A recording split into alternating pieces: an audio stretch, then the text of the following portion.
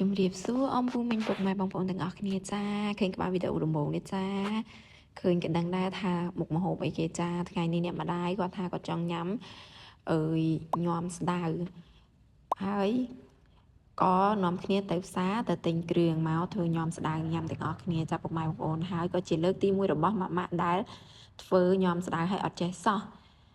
ថាផ្ទះខ្ញុំញ៉ាំស្ដៅមានច្រើនប្រភេទពុកម៉ែបងប្អូនអ្នកខ្លះគាត់ញ៉ាំដាក់ទឹកប្រហុកញ៉ាំដាក់អីអញ្ចឹងទៅតែផ្ទះខ្ញុំញ៉ាំធម្មតាដូចតែយើងទៅញ៉ាំការគេណាគេមិនបានដាក់ទឹកប្រហុកដាក់អីទេអានេះគឺផ្ទះខ្ញុំ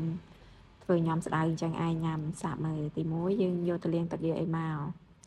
ជ្រូកលាងទឹកទៅហើយក៏ដាក់បន្លែលាងទឹកមកខែនេះស្ដៅមិននិយាយទៅខែនេះស្ដៅវាសម្បូរដែរពុកម៉ែបងប្អូននេះថាហើយតម្លៃក៏ធូរថ្លៃទៀតខែនេះត្រូវហើយអ្នកណាក៏ធ្វើញ៉ាំស្ដៅញ៉ាំដែរភាគច្រើនណានៅភូមិខ្ញុំណាព្រោះខែនេះខែស្ដៅអ្នកខ្លះក៏បុកទឹកគ្រឿងទៅអ្នកខ្លះក៏ធ្វើអីផ្សេងទៅតែភាគច្រើនជួបតែជួបគាត់ទៅនិយាយថាអើយខែនេះខែស្ដៅមើលក្មួយគេទៅទិញស្ដេចដីឲ្យខែនេះខែស្ដៅយើងមកធ្វើញ៉ាំស្ដៅហូបត្រឹមឆ្ងាញ់អញ្ចឹងសាកមើលដាំទឹកដាក់ស្រុះសាច់ជ្រូក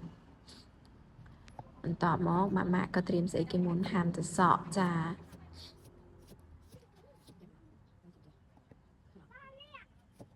ខ្ញុំទៅដឹងថាគេឲ្យហាន់ទៅសក់អញ្ចឹងមុនដំបូងខ្ញុំហាន់ដូចឆាយ៉ាងឯងដល់ពេលហ្នឹងទៅគេថាមិនមែនទេហាន់លក្ខណៈដូចហាន់បិឈិតវាហើយយើងមកសាប់ពីលើឲ្យតូចចេញណាពុកម៉ែបងប្អូននឹងហាន់ដូចដែលឃើញអញ្ចឹងដូចខ្ញុំហាន់អញ្ចឹងចាហាន់អញ្ចឹងមកហើយគេថាអើយស្ពៃក្តោបហ្នឹងហាន់រឹតតែស្ដើងរឹតតែល្អអញ្ចឹងណាស្រួលយើងស្រួលក្នុងការច្បល់វាលះចូលជាតិលះតន់អញ្ចឹងណា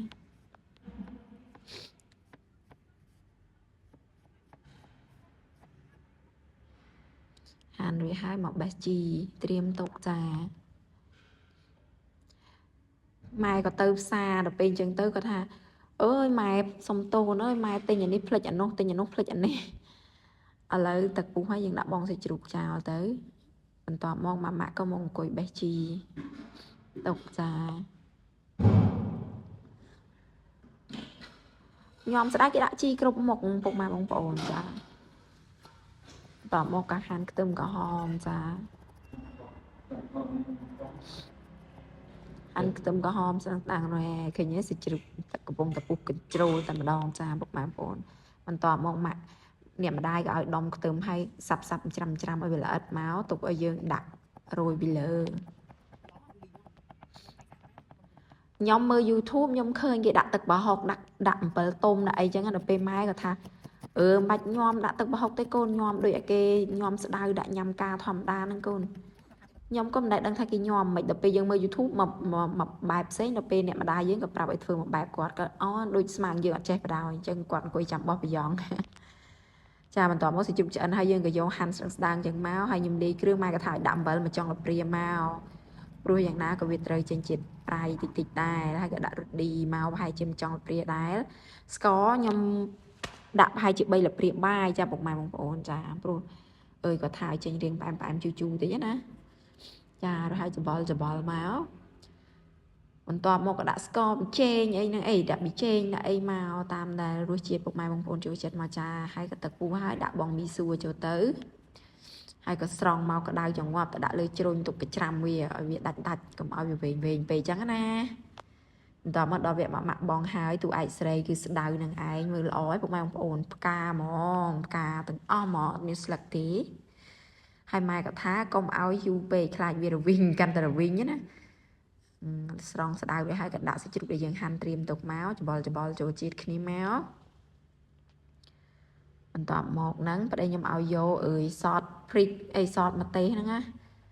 ដាក់ឲ្យមានពណ៌តិចហើយទឹកខ្មេះហ្នឹងមើលគេច្បាច់ដាក់វេអត់ប្រយោជន៍ទេពុកម៉ែបងប្អូនខ្ញុំប្រមាណហើយប្រហែលជា3លព្រាបាយដាក់ណាខ្ញុំដាក់ប្រហែលជា3លព្រាបាយបន្ទាប់មកក៏បេះទូឯកដាក់ចូលតែម្ដងមកហ្នឹងគឺផ្កាស្ដៅយើងនឹងឯងពុកម៉ែបងប្អូនដឹងអត់ថាពេលដែលខ្ញុំធ្វើហ្នឹងគឺអត់ដូចក្នុង YouTube ដែលខ្ញុំមើលអាលីងតែរសជាតិក៏មិនចាញ់គ្នាដែរណាចាអេហ្មងមើលច្បល់ហើយ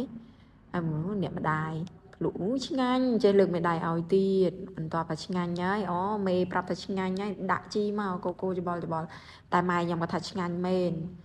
nhóm mình đăng tới nhung hộp tới nhung đăng tha cái thật ngang đam cây đây đấy tại nhầm đăng thẳng nhung vậy tới nhung vì cầm rò đang nhầm rồi nhom đai tràn một trắng là bông mai ổn thọp nhầm có rút chết có đôi tay cây đôi tay này chẳng này đập bây giờ mới buộc tại phụ tới việt nhưng mà đăng tên vì ha nhưng mà đây nhầm anh nhom sẽ đai đập học những cái nào đi nhầm mà đây tới cái chiếc được tìm muối nó đại mặt phơ hay ngang tiệt lục bò thọ tới này bọc bị dòng này đó đó cầm đi bye bye bông mai bông bông được ăn nha cha